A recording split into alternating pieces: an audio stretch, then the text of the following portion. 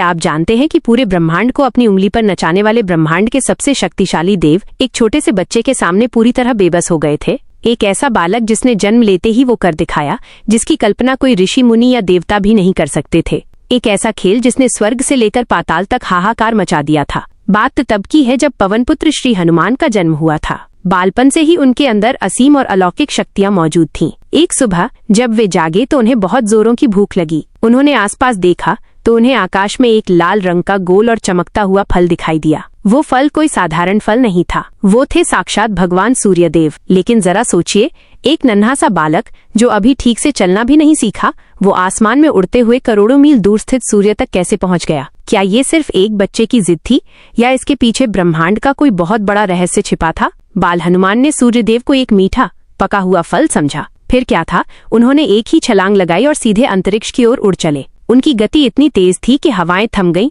दिशाएं कांपने लगीं। जब वे सूर्यदेव के करीब पहुंचे तो सूर्य के भयानक ताप का उन पर कोई असर नहीं हुआ, क्योंकि स्वयं पवन देव उनके पिता थे और उन्हें हवा का कवच मिला हुआ था। बाल हनुमान ने बिना किसी डर के सूर्यदेव को अपने मुख में निगल लिया। जैसे ही सूर्य हनुमान जी के मुंह में समाये, पूरे ब्रह्मांड में पल भर में घुप अंधेरा छा गया। चारों तरफ हाहाकार मच गया। देवताओं के राजा इंद्रदेव घबरा गए। अब सवाल ये उठता है, अगर सूर्य को निगल लिया गया तो फिर पृथ्वी पर जीवन कैसे बचा? और देवताओं के राजा इंद्र ने इस संकट से निपटने के लिए क्या किया? इंद्रदेव ने स्थिति को संभालने के लिए बाल हनुमान पर अपने सबसे शक्तिशाली अस्त्र वज्र से हमला कर दिया। वज्र सीधे हनुमान जी की ठोड़ी यानी हनु पर लगा, जिससे वे मूर्छित होकर पृथ्वी पर गिर पड़े। जब पवन देव ने देखा कि उनके निर्दोष बालक को घायल कर दिया गया है तो वे क्रोधित हो गए। उन्होंने पूरे ब्रह्मांड से हवा का प्रवाह ही रोक दिया। हवा रुकते ही हर जीव घुटने लगा।